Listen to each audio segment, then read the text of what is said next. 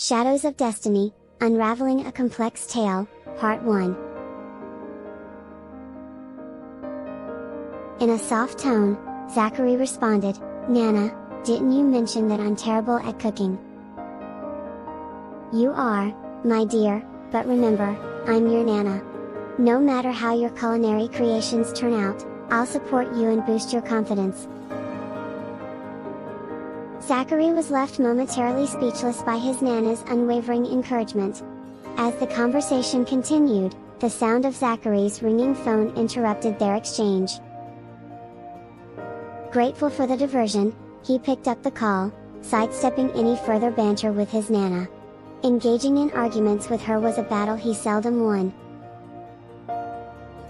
"Zachary, I'm at the entrance of your neighborhood. I need an access card to get in. Duncan is here too, he claims he's been waiting for half an hour," came the voice of Kevin through the phone. Their family group chat had received a message from their Nana the previous night, stating that everyone in Wiltspoon was expected back at the manor today. The occasion marked the first visit of Serenity's elders, demanding their presence to show respect for her status. Serenity, being the future spouse of the family head, was gradually solidifying her position of authority. "You arrived quite promptly," Zachary remarked, followed by an indifferent addition, "I'll have Jem go out and let you in." Given that it was still early, neither Jim nor Mrs. Lane had yet left for all-you-can-eat to lend a hand. "Sure thing," Kevin agreed, understanding that brevity was wise after Zachary's remark about his quick arrival. Their conversation ended, and Kevin leaned against his car door, addressing Duncan, who was in the car across from his. "Duncan, Zachary wanted me to bring breakfast, so I thought I'd come over early. But why are you here so early too? You beat me here." Kevin continued, "He even praised me for being lightning fast, as if he wanted me here at 8 o'clock. Why the wait for you? Come on, spill the beans, what did you do to ruffle his feathers?" Duncan answered candidly, "My mom invited her friend's daughter to stay over and tried to set me up with her. At first, she wanted me to spend the whole day with Miss Harmon, but I wasn't keen. So, I told her that your brother invited me for a barbecue today. It wasn't on the spot lie. But my mom persisted, insisting that I bring Miss Harmon along. I used your brother as an excuse, saying he doesn't like having young women around besides his close ones. That stopped Miss Harmon from tagging along. Essentially, I used your brother as a shield, so he's making me wait here for half an hour." Amused, Kevin chuckled and remarked, "No wonder Zachary suddenly decided on a barbecue at the manor. I had no clue it was your brilliant idea. Still, I can't believe he's making you wait.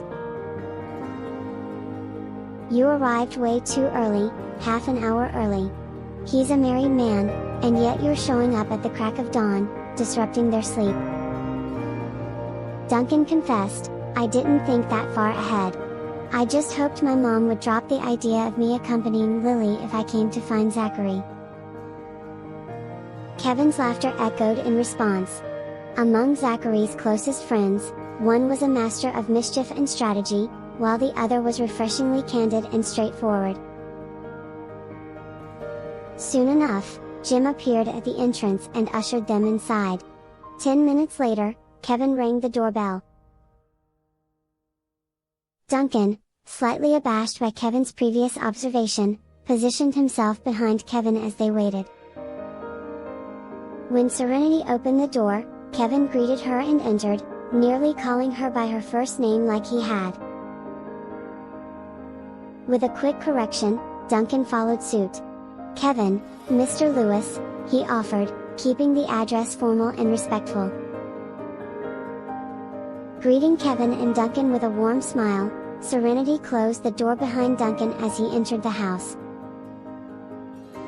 As she turned around, she noticed that Grandma May had already gathered everyone for breakfast. The pleasant aroma of food wafted through the air, inviting them to the table. Zachary's affection for his wife extended to his knowledge of her culinary preferences. He had asked Kevin to bring over some of Serenity's favorite dishes. The spread was abundant, even accommodating Duncan's unexpected presence. Despite the uninvited guest, there was enough food to satisfy everyone's appetites. Having indulged in a satisfying meal, the attention shifted as Grandma May directed Duncan's next task. "Duncan, it's time to go to Liberty's place and pick her and her son up. After that, head to my house together." Duncan's curiosity was piqued, and he couldn't help but inquire, "Grandma May, how many people did you invite to this barbecue?" With a sense of bemusement, Grandma May responded, "I've lost track, dear. I simply informed everyone through the family group chat. The plan is for all of Wiltspoon to return to the manor today." Duncan was momentarily speechless, the implications of a family gathering becoming increasingly apparent. It seemed that the Yorks were convening for a significant occasion.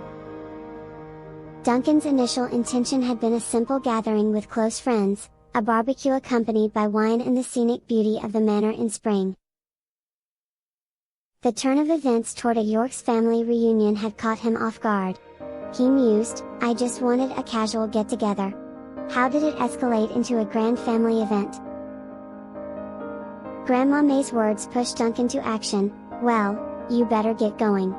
It's getting late, and considering the city traffic, the drive will take nearly an hour." Duncan's car keys were in hand as he started to walk, acknowledging the change in plans. "Saren and I will take Zach's car. Since Kevin isn't familiar with Liberty's rental house, we're relying on you to fetch them, Duncan. No more dilly-dallying. You're the one who suggested this barbecue, after all." Though not thrilled with his new role, Duncan accepted his fate and moved forward, keys in hand.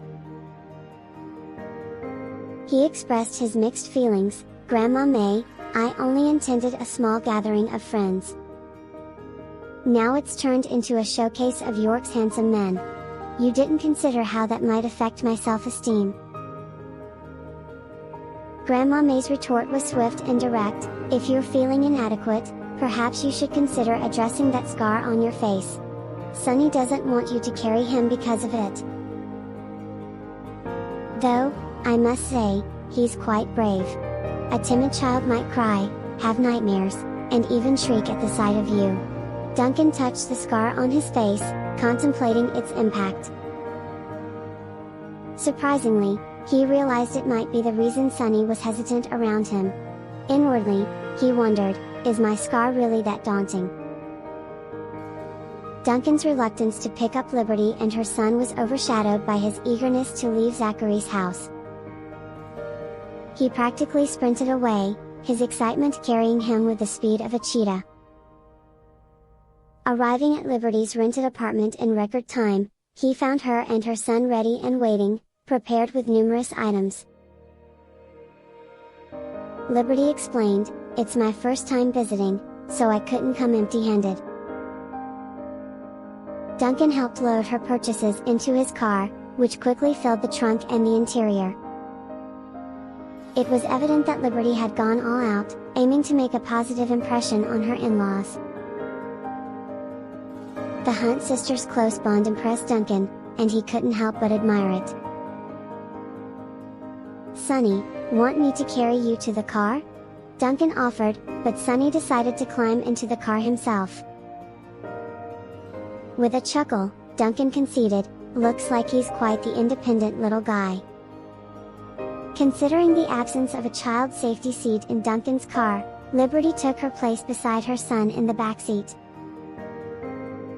Duncan settled into the driver's seat, already considering the need to install a child safety seat for future journeys. Rare as these opportunities were, Duncan wanted to be prepared. The task ahead was simple, to pick up a mother and her son, yet it held the promise of a new chapter in their relationship. Nestled within an expansive expanse was Wildridge Manor, a testament of Zachary's grandfather's affection for his wife. The estate's vastness was carefully curated to match Grandma May's tastes, favoring an antique and classical ambience, rendering the manor a picturesque garden. The grand entrance to the manor swung open. The York sons typically resided in their individual villas, only reuniting with the family during festive occasions such as Christmas and New Year's.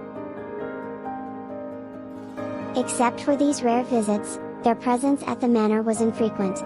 Today, however, was different. The sons had returned, arriving well in advance. Some even shared breakfast with their parents. Despite their initial plans, they declined all other engagements to await Grandma May's homecoming. For Serenity, this was her inaugural visit to Wildridge Manor. As she journeyed with Zachary, listening to Grandma May's vivid descriptions of the estate's splendor, an eagerness stirred within her. Gazing at the landscape rolling by, she shared her aspirations with her Nana. "Nana, Zachary and I have plans to spend our retirement in the manor. It will ensure we are never bored as we age." Grandma May had painted Wildridge Manor as a serene and expansive haven, complete with a crystalline stream nestled at its base, offering leisurely fishing opportunities. Adjoining hills, belonging to the Yorks, had been transformed into orchards, tended by diligent workers. These orchards bore seasonal fruits that grace the Wiltspoon Hotel, guaranteeing guests a fresh daily supply. Nostalgia crept into Grandma May's voice. "Retirement in the manor is a privilege best enjoyed together. The beauty of the place remains, but without my husband by my side, the luster is dimmed. He was my companion through the seasons, a partner for spring flowers, summer lotuses, autumn hikes, and winter warmth. Yet he's no longer here." Addressing Serenity with a gentle touch, Grandma May offered wisdom from her life's journey. "Seren, may you find solace and shelter in a lifetime companion. Treasure every joyful moment with Zach. Disagreements are part of any relationship, but the key lies in communication, trust, and mutual understanding. When you're both old, you'll realize your partner is the one constant by your side. To embark on a young marriage and stand as lifelong companions. Nana, we'll make it a point to visit and keep you company often," Serenity assured. Understanding the depth of Grandma May's connection with her late husband. The stories she'd shared about their past had been filled with fond recollections. Dispelling the somber moment, Grandma May shifted gears, saying, "But now it's time for young ones like you to work hard and strive. Time is precious, don't waste it on an old woman like me. If you want to be dutiful, give me a great-granddaughter soon. A great-grandson would be equally cherished. Regardless of gender, they'd bring me immense joy." The prospect of having a great-grandchild had Grandma May beaming with delight. Her goal was to live to 99, if not 100, considering her robust health. Serenity was momentarily stunned, the conversation taking an unexpected turn toward parenthood. "Seren," Grandma May whispered confidentially, leaning close, "you and Zachary aren't using contraceptives, are you?" The desire for a great-grandchild was undeniably strong. Indeed, Grandma May's enthusiasm for matchmaking her grandchildren and their spouses was well known. She had urged them to introduce their partners within a year, hoping that among her granddaughters-in-law, one would gift her with a great-grandchild. Serenity's cheeks flushed with mild embarrassment, but she shook her head. Zachary desired to be a father, so contraception was not part of their equation. Before learning of Zachary's true identity, their marital harmony hadn't yet borne fruit in the form of a child. The more they yearned for a baby, the more elusive conception seemed. "Don't worry, Seren. Fate has its own timetable. There's no rush. Your marriage is still in its early days, after all. Take your time," reassured Grandma May, extending her experienced perspective. With a gentle pat on Serenity's hand, Grandma May shared her thoughts. You and Zach haven't had your wedding yet. There's plenty of time to welcome a child after the wedding. These romantic moments are meant to be cherished. As long as the young couple was avoiding contraception, the prospect of parenthood was on the horizon, sooner or later.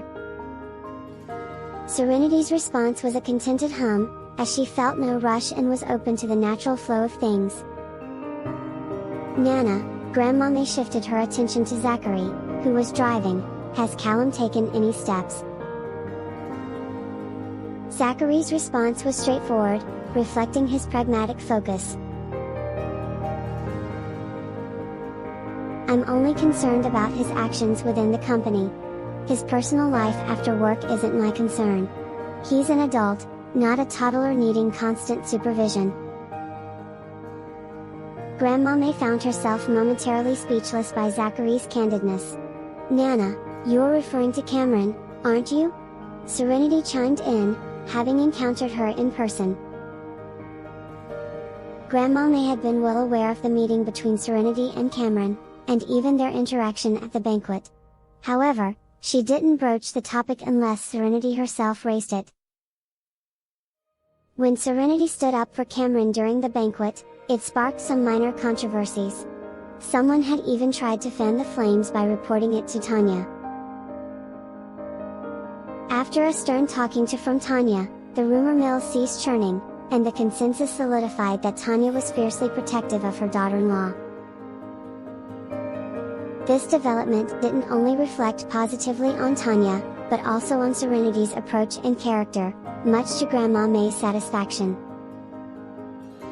Family harmony was a cornerstone of York's prosperity. Marital unions held special significance within the family. A harmonious daughter-in-law would pave the way for harmonious children and grandchildren. This principle had guided Grandma May's choices for her son's partners, prioritizing character over social status. All of her daughters-in-law exemplified these traits. Continuing this legacy into her grandchildren's lives, she maintained the same standards. Smiling, she inquired of Serenity, "What are your impressions of her? I was quite pleased with how you stood up for Cameron at the banquet." Serenity would soon be the matriarch of the York, and her ability to bond with her sisters-in-law was essential. I've only met her briefly, so it's hard to say for certain.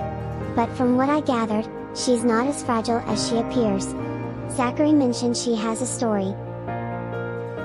Zachary suspected Cameron's past was marked by her biological father's demise, possibly at the hands of her own mother and stepfather.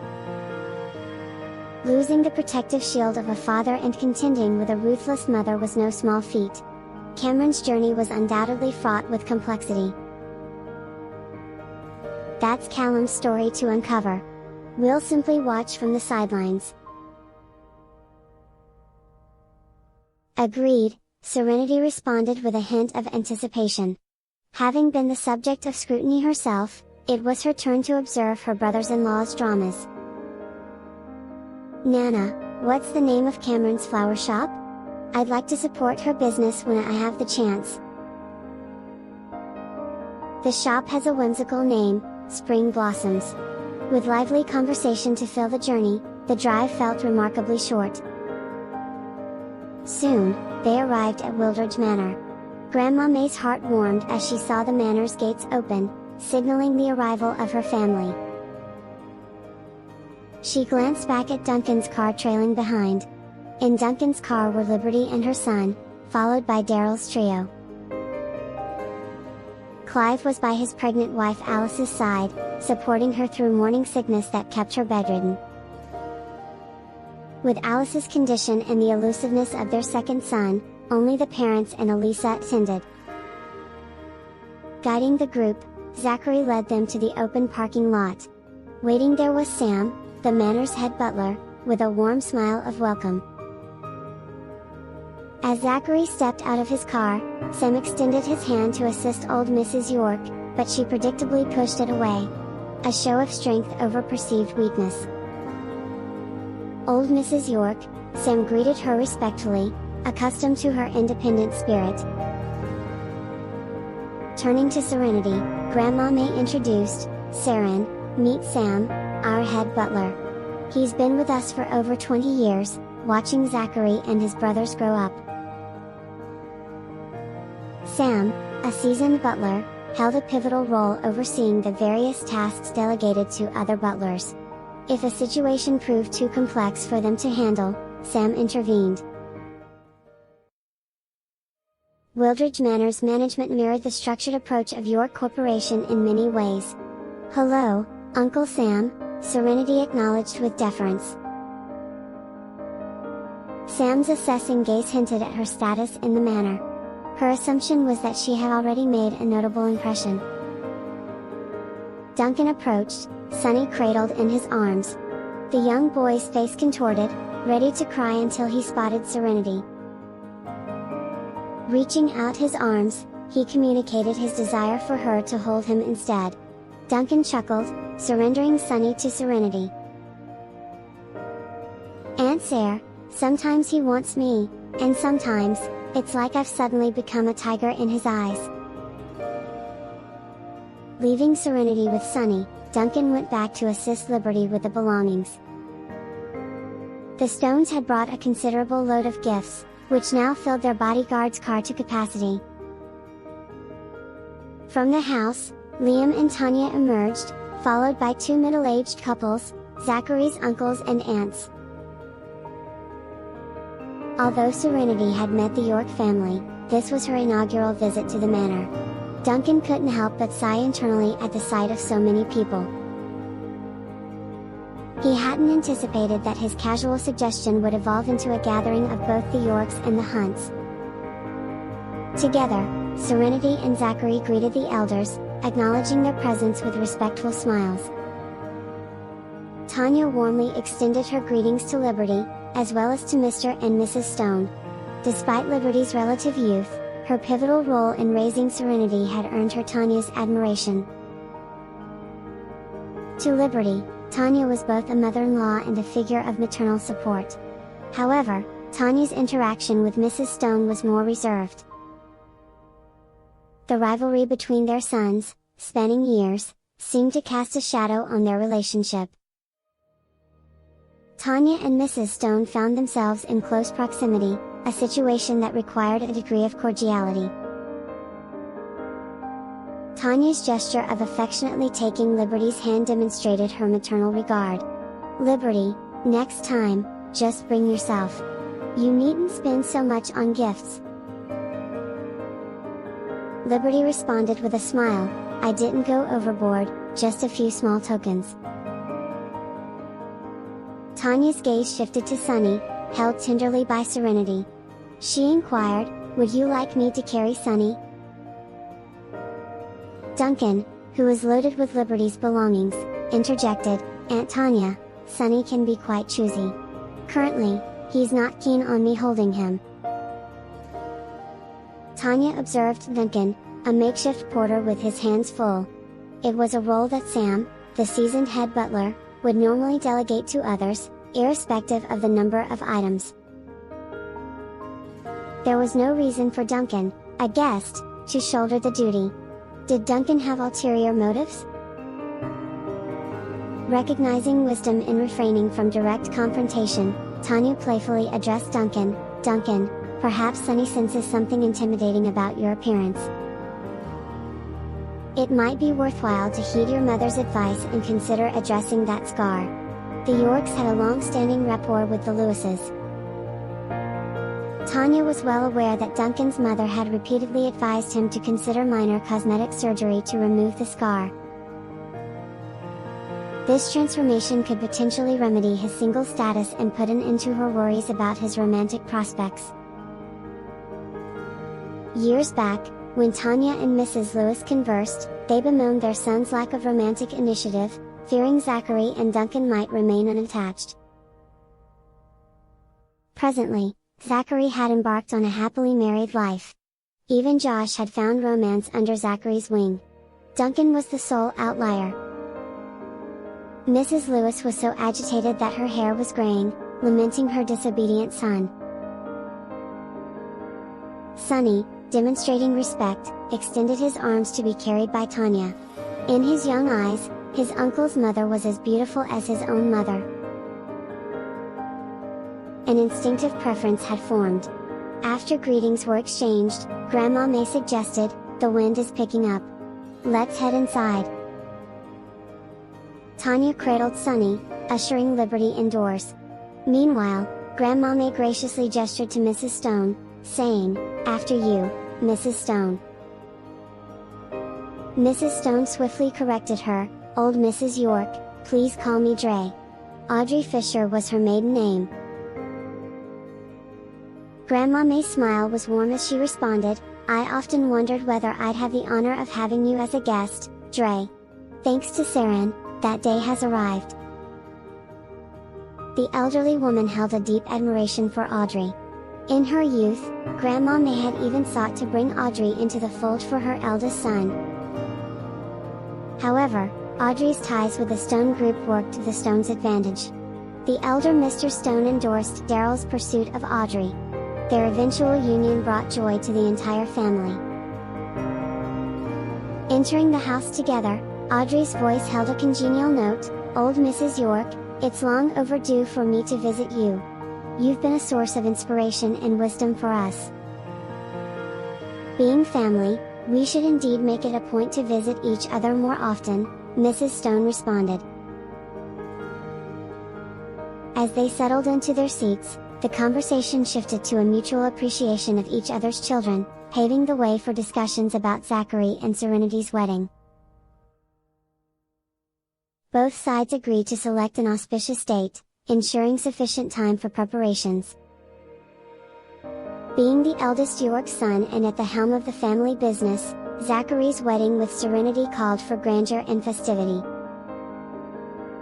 To facilitate this, Grandma May produced a seemingly magical piece of paper. On it were a few auspicious dates, handpicked by a fortune teller for the couple. "Dre, Liberty, these are some auspicious dates I had chosen for the young couple. Please take a look and consider which one might suit best." With a smile, Grandma May extended the paper to Mrs. Stone. For ease of communication, Audrey and Liberty found seats together upon entering the house. As the paper exchanged hands from Grandma May, Audrey and Liberty perused the options. Eventually, they settled on a date that struck a balance between immediacy and ample preparation time. Audrey confidently addressed the York's elders, pointing to the chosen date, "This date is just right, not too distant or too close. We will have sufficient time to make all the arrangements." With her sister's absence, Audrey willingly embraced the responsibility of orchestrating her niece's wedding. She was determined to ensure Serenity's entrance into the Yorks was celebrated in a way that would command respect and eliminate any possibility of disdain. The Yorks' elders, including Grandma May and Tanya, had no reservations about the date Audrey had selected.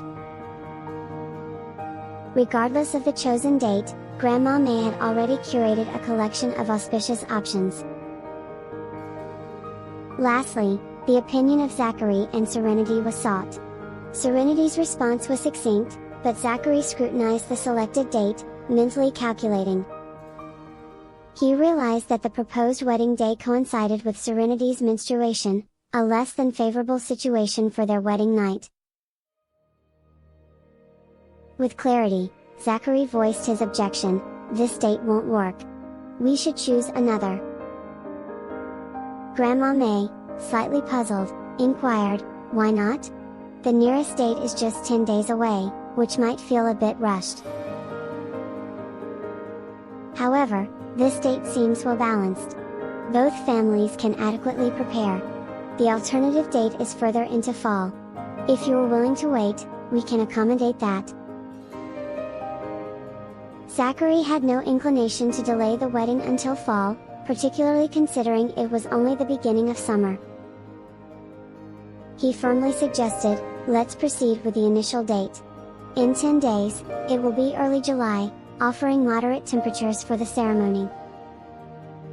Grandma May was hesitant to alter the plans, as orchestrating a grand wedding in such a short time frame appeared challenging. Seeking clarity, she questioned Zachary, "Could you elaborate on why the date selected is unsuitable? A renowned fortune teller chose several auspicious dates for you last year." This particular fortune teller had once pronounced Zachary and Serenity as destined to be lifelong partners, a prediction Grandma May currently held in high regard. This heightened trust was a testament to the fortune teller's credibility.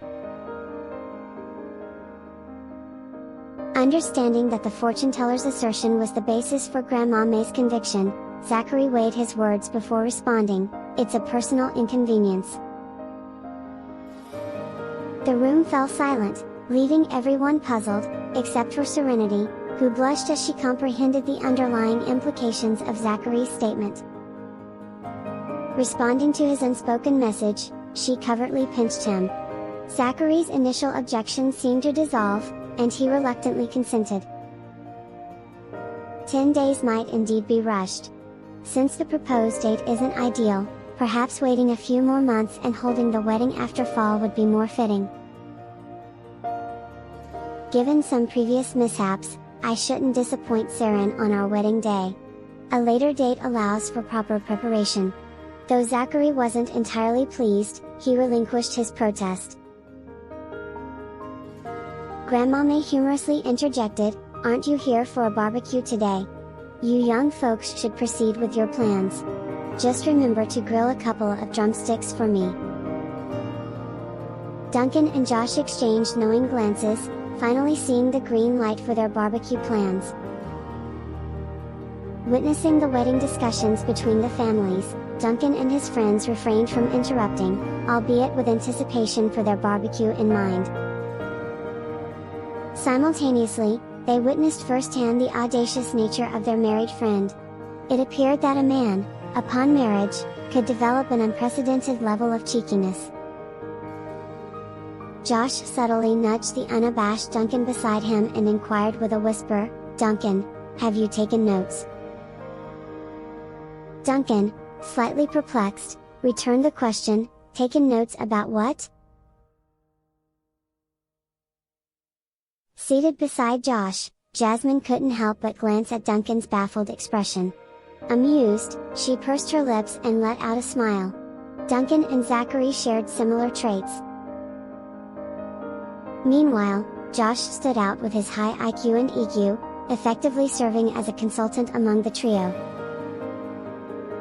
As Elisa and Remy engaged in cheerful conversation, Remy seemed to find stillness only in Elisa's company.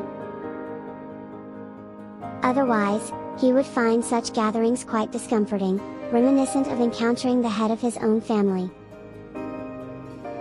His grandmother was perpetually preoccupied with him and his brother's marital prospects. Thankfully, Remy's grandmother didn't possess the same proactive demeanor as Grandma May. Nevertheless, she delegated the task of managing their marriages to Remy's capable sister-in-law, Jane. Jane showed potential in the role of a matchmaker. Observing Duncan for a moment, Josh uttered, "Tactless folks can't handle 0.25mm pencil leads." Indifferent to the conversation, Duncan responded, "I never liked using 0.25mm leads anyway. They're too thin. For mechanical pencils, I prefer at least 0.5 mm leads." Josh turned his attention to Jasmine, his fiancée, engaging in a more pleasant exchange. Duncan was left baffled, unable to decipher Josh's remark. Sam, who had briefly disappeared, reappeared, approaching Zachary with respect. "Mr. Zachary, the grilling equipment and ingredients are prepared." Zachary acknowledged Sam's message and helped Serenity rise from her seat. Turning to the elders, he expressed, "Nana, we'll proceed with our barbecue now." "Of course, go ahead." Ensuring that Mr. and Mrs. Stone didn't desire to join the younger group, Zachary led Serenity away, allowing the cousins to engage in conversation while he attended to Remy. Although Zachary had invited Remy, He hadn't yet had the opportunity to spend quality time with him. Saren, considering the delay in your wedding date with Zachary, I think we should discuss investment matters, Elisa proposed as she approached Serenity. Jasmine chimed in, Elisa, don't leave me out. If there's a promising venture, count me in too. I want to invest and build my wealth. Elisa playfully teased Jasmine, don't you aspire to lead in intelligence? Selling information can be quite lucrative. Plus, marrying Josh will undoubtedly bring wealth. Jasmine retorted without hesitation, who wouldn't want to be wealthy? I'm more than happy to enjoy the fruits of my labor. Her relationship with Josh was now officially acknowledged, which prompted her candid response. Serenity shared Jasmine's sentiment. While they appreciated their husband's resources, they were also determined to contribute and earn for themselves. Serenity's aspiration to rebuild her career reflected her desire to bridge the gap between herself and Zachary. Elisa promised a more detailed discussion later. Her words left Jasmine and Serenity in suspense. However, the two friends didn't waste a moment before pursuing her for more information. As Elisa playfully fled from their questioning, she instinctively sought refuge behind Remy. Mr. Johnson, please help me fend them off. Remy, with a gentle smile, replied, I may not be able to contain them.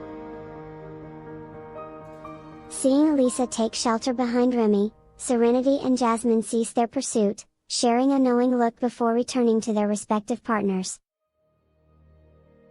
Perceiving the odd grins on their faces, Elisa wondered, why are they smirking like that? Mr. Johnson, do you think Serenity and Jasmine had peculiar smiles? Elisa queried, walking alongside Remy. She occasionally glanced back at her friends while they conversed with their partners. Jealousy stirred within her, particularly toward Serenity. Serenity's companion was Zachary, whom Elisa had secretly admired for years. In the past, Zachary had shown her nothing but coldness, never once meeting her gaze. Elisa had believed it was his nature, assuming he would forever remain distant. Observing the warmth between Zachary and Serenity, Elisa realized that he was indeed capable of gentleness, just not for her. Despite her envy, Elisa no longer held feelings for Zachary. Besides, he had acknowledged her as his cousin-in-law, so there was no room for romantic notions. There were countless other potential partners, and Elisa had no intention of fixating on him. As long as Zachary treated Serenity well, Elisa sincerely blessed their union. Remy's smile resembled a gentle spring breeze as he responded, I didn't notice anything peculiar. Perhaps you're overthinking it. Elisa maintained a nonchalant smile, concealing her internal thoughts. Shifting the topic, she inquired, did Zachary invite you here? Remy affirmed, yes, Mr. York and I are quite close. He was concerned I'd be lonely in Wolfspoon, so he invited me to join the gathering. In truth, Remy's closer connection was with Josh, as Josh handled the business interactions between their families. Elisa mused, I thought you'd head back to Annenberg on weekends. The flight is relatively short, around 2 hours, right? True, but I have ongoing responsibilities in Wolfspoon. If nothing urgent arises, I prefer not to frequently shuttle between the two places. I typically spend weekends either resting at home or engaging in activities like hiking, basketball, or barbecues with friends. During summer, we might go surfing or fishing in the sea. Elisa responded with a smile, you certainly make good use of your free time. Since I'm not currently employed, I find myself growing restless at home. Endless shopping is wearing thin on me. She had grown weary of days spent solely on consumption and was keen to experience the satisfaction of earning her own income. Thus, she started learning about investments. Serenity had willingly partnered with her, and her family was supportive. Once my house renovation is complete and I move in, we'll practically be neighbors. We can visit each other on weekends, or perhaps during holidays. Remy proposed, turning his gaze toward Elisa. Elisa nodded, absolutely. Although, I imagine your renovation process will take some time. I recall mine dragging on when I was in elementary school. Remy agreed, renovations do take their time. However, my current residence isn't far from yours. About a 20-minute drive without traffic, though I can't guarantee traffic conditions. As long as you're willing, I'm open to joining you for leisure activities. Elisa playfully added, with the exception of golf, you can count me in for anything else. Absolutely, Remy agreed. Elisa inquired, Mr. Johnson, does your family reside in a manor as well? Remy replied, Miss Stone, please, call me Remy. We're soon to be neighbors, so there's no need for formality. A close neighbor is better than a distant relative. Alright, then you shouldn't address me as Miss Stone either. As you said, neighbors shouldn't act like strangers. Just call me Elisa. Remy's smile widened. Our family's ancestral home is indeed a manor, much like the Yorks. Ours is known as FC Manor. He gazed at their surroundings and continued, it seems old Mrs. York and my grandmother shared similar tastes. They hailed from the same era and had comparable aesthetic preferences.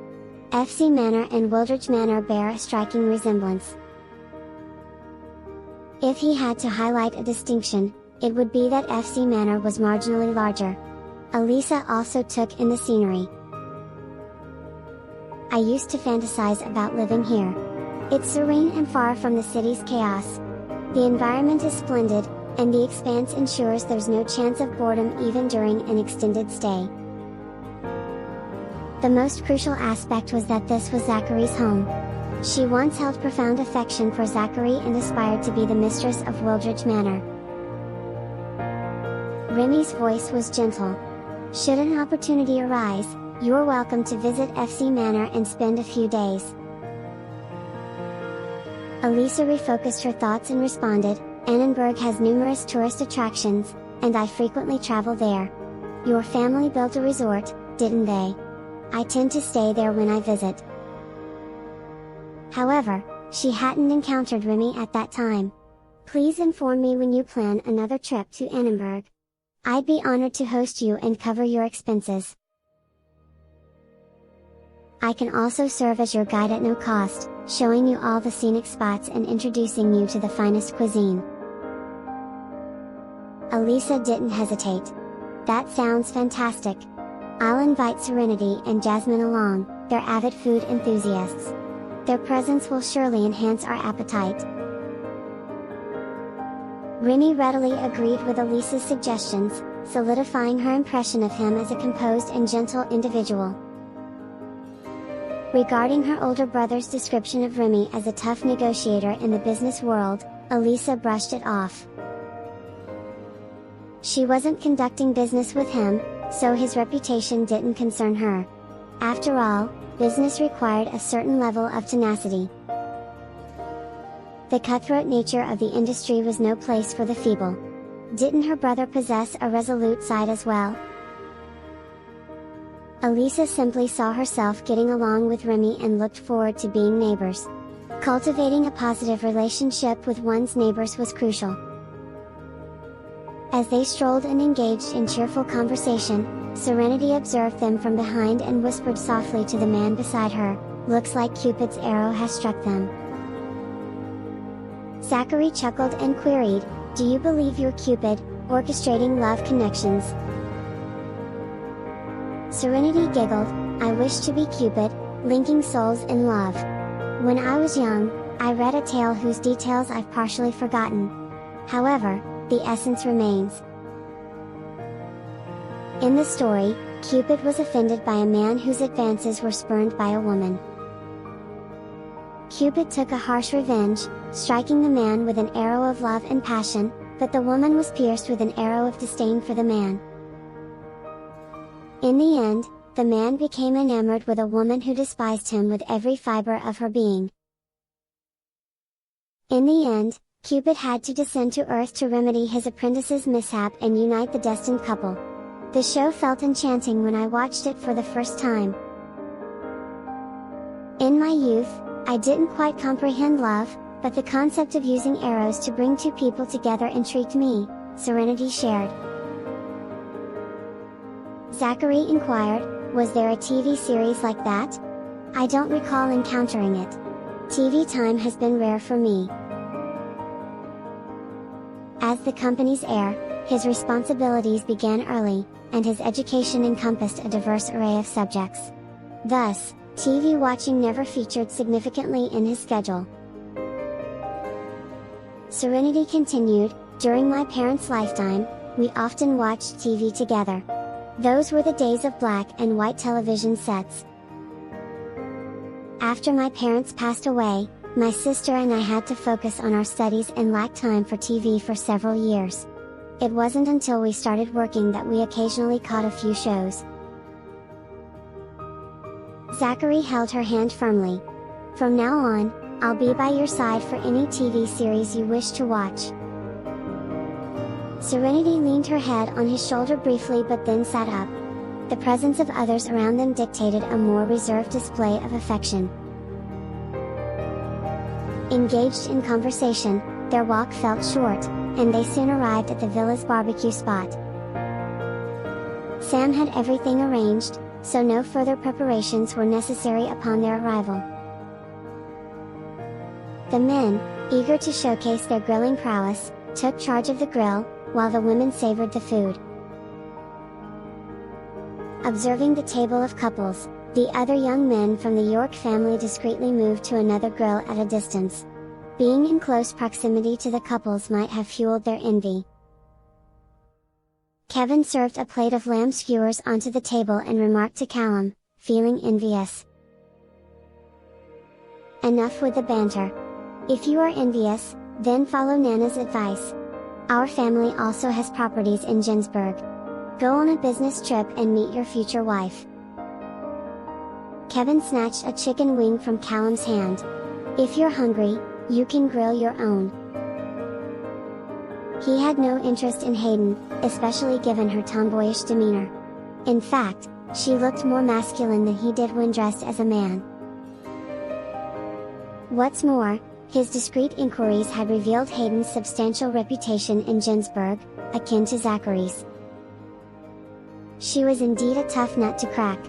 Kevin suspected his resolve would shatter before Hayden's. Callum contemplated eating the other grilled delicacies, but Kevin seized the plate and withheld it from him. One remark from you, and you're cut off. I said one thing, and now you're denying me food. Kevin retorted, you're also not heeding Nana's advice. Callum had no retort and mentally sighed, better you than me. Serenity observed her brother-in-law's playful banter and couldn't help but feel envious. The camaraderie among the brothers and uncles of the York family contrasted starkly with her own family, where scheming and rivalry were prevalent.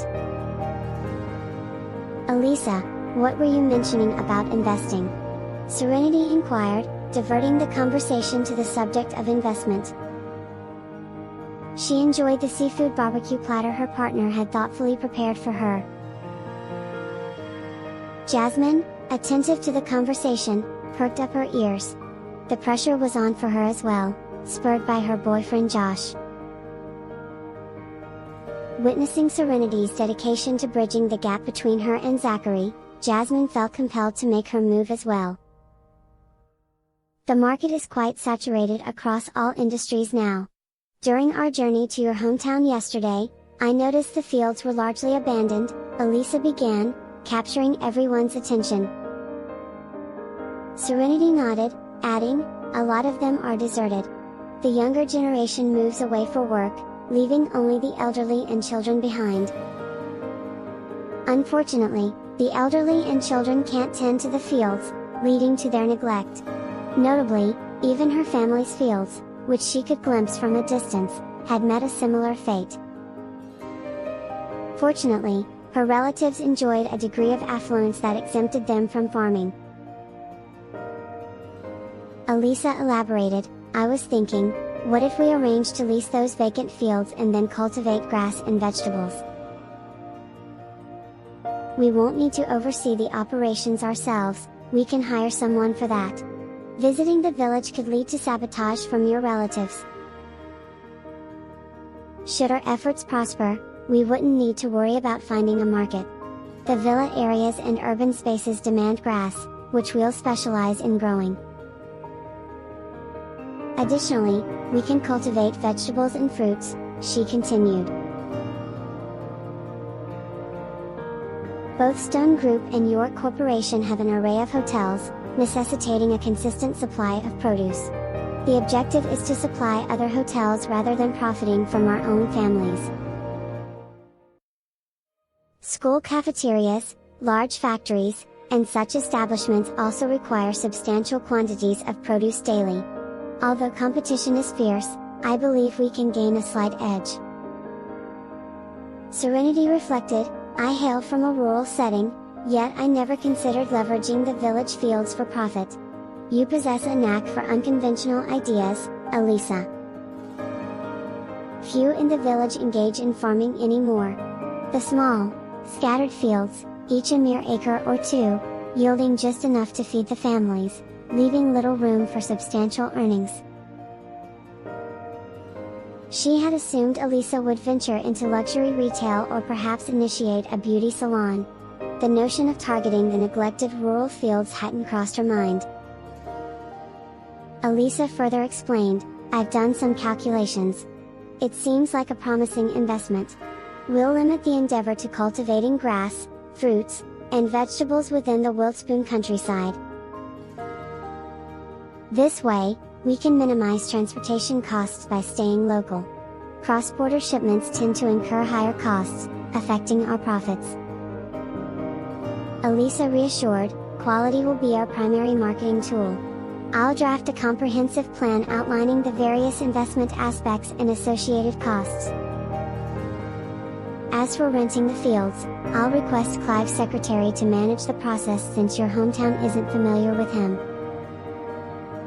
Serenity suggested, "Visit the village chief. He can gauge the villagers' opinions before proceeding with a contract." Elisa agreed with a nod. Liberty chimed in, "My breakfast diner requires a steady supply of fruits and vegetables daily. If your venture succeeds, I'm willing to establish a long-term partnership with you."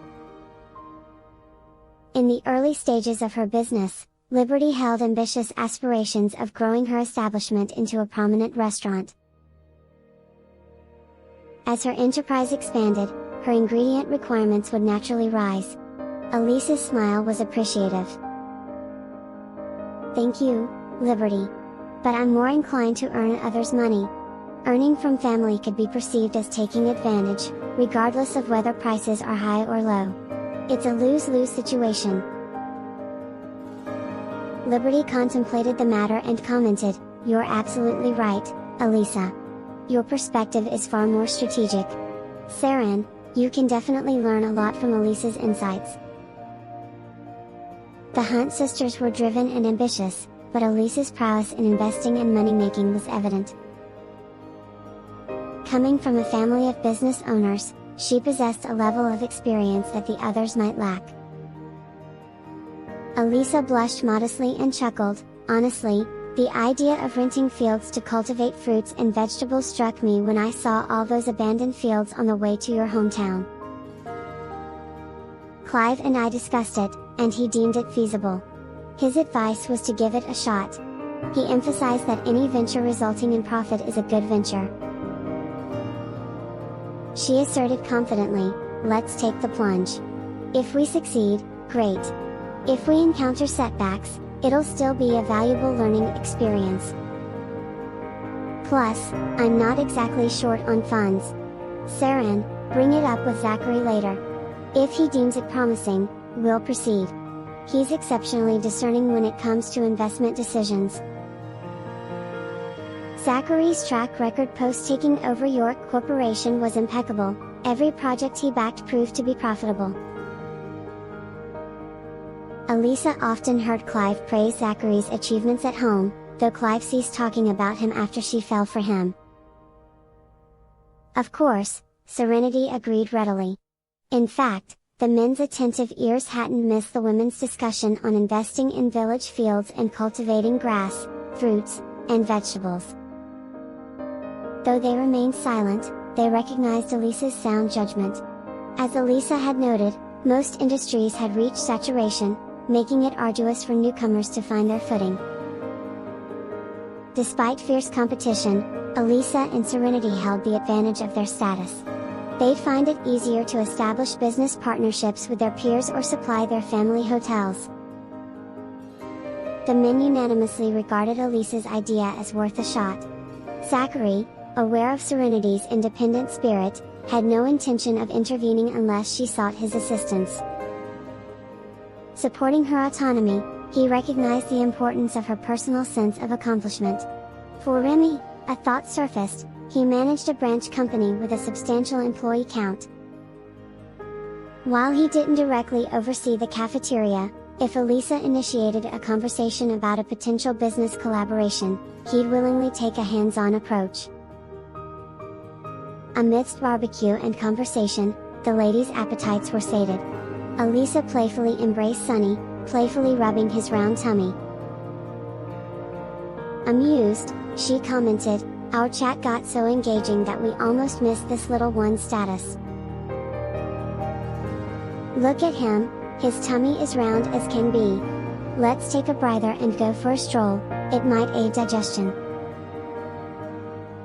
Serenity extended a hand to touch her nephew's belly, inquiring with a grin, "Feeling good, Sonny?" Sonny shook his head with a grin. "All good. I stopped eating when I was full. I gave the extra food to Duncan." The group's collective gaze shifted to Duncan. Duncan quipped matter-of-factly, "I didn't want to waste the effort we put into grilling." In truth, Sonny had offered Duncan the uneaten portion, careful not to give him partially consumed food. The boy's thoughtfulness impressed Duncan, who saw bright potential in the 3-year-old's cleverness and maturity. Not to mention, he was utterly endearing. Duncan couldn't help but wish Sonny were his own son. "I gave Duncan all the untouched food," the young boy clarified, causing no surprise among the group.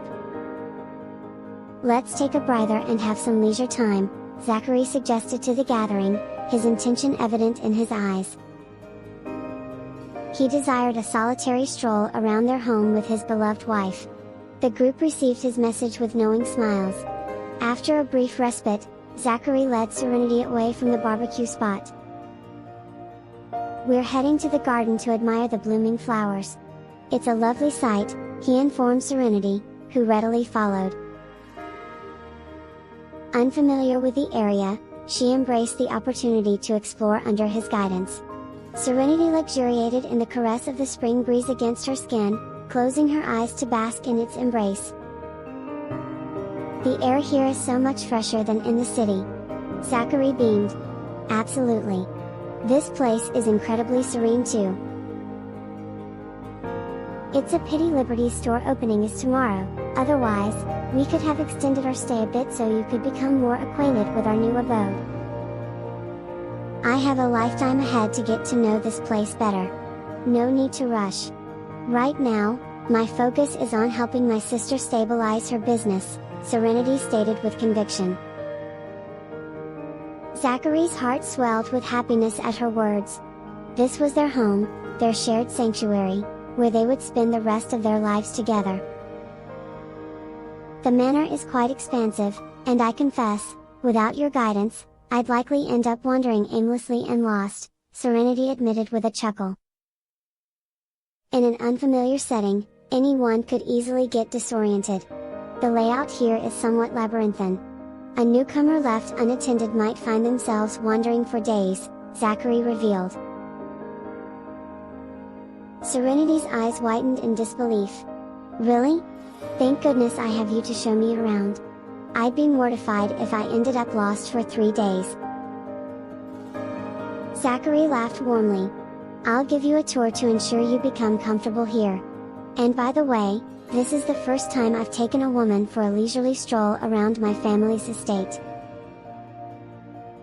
Serenity playfully responded, "What an honor."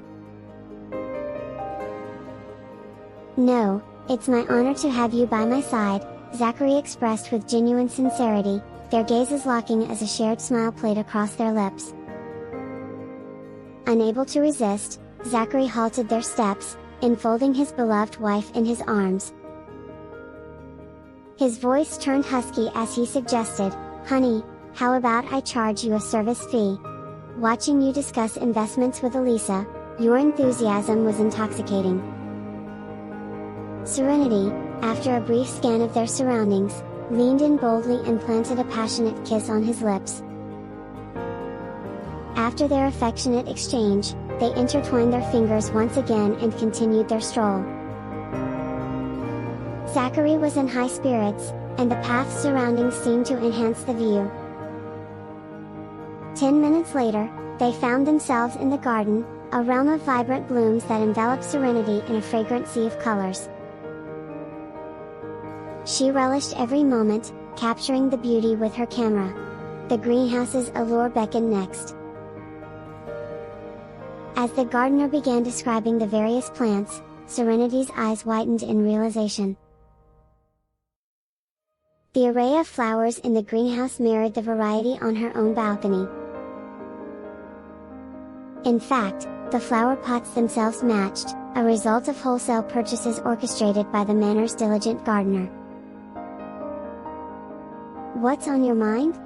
Zachary inquired, noticing Serenity's focused attention on the flower pots. With warmth in his voice, he suggested, "If you like them, we could take a few back and place them on the balcony." Serenity turned toward him, her curiosity piqued.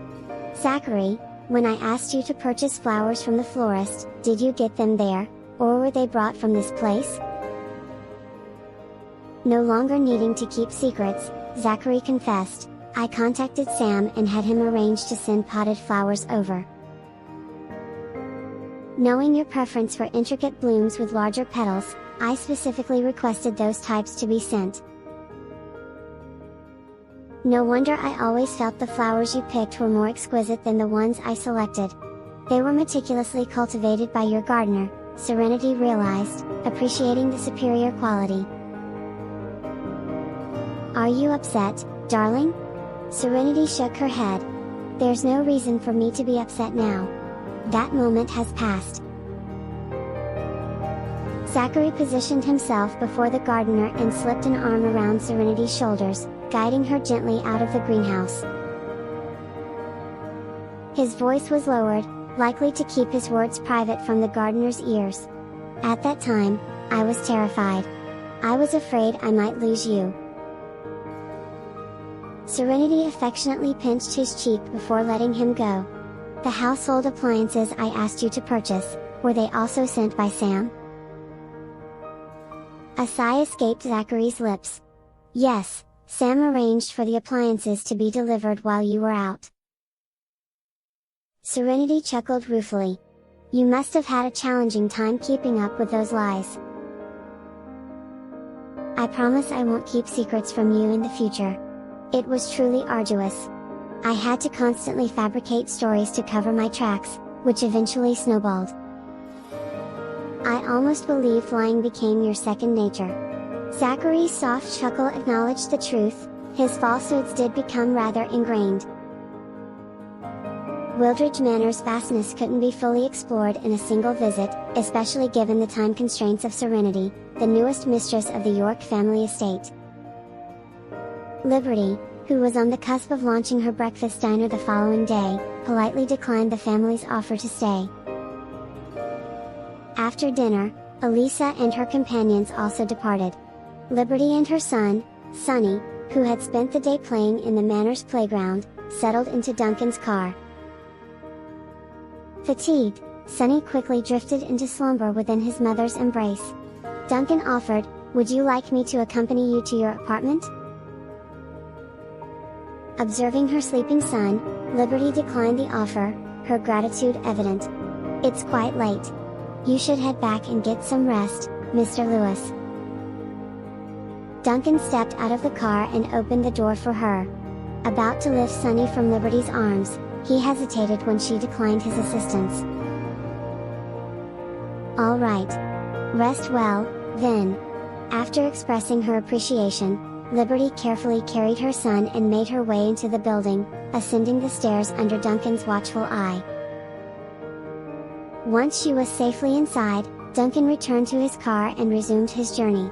However, midway to his villa, he received a call from his mother, urging him to return home. "Mom, if I go back, commuting to work every day will become complicated." Aware of his mother's intentions, Duncan addressed the concern. His mother's insistence was focused on Duncan's relationship with Lily, hoping they could nurture a deeper connection.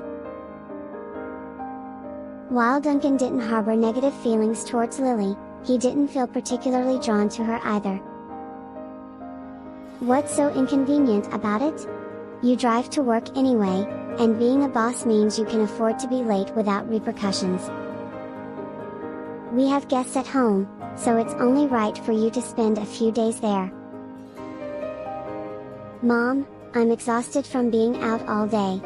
I'm driving now, so it's not a good time to chat. I'll hang up for now."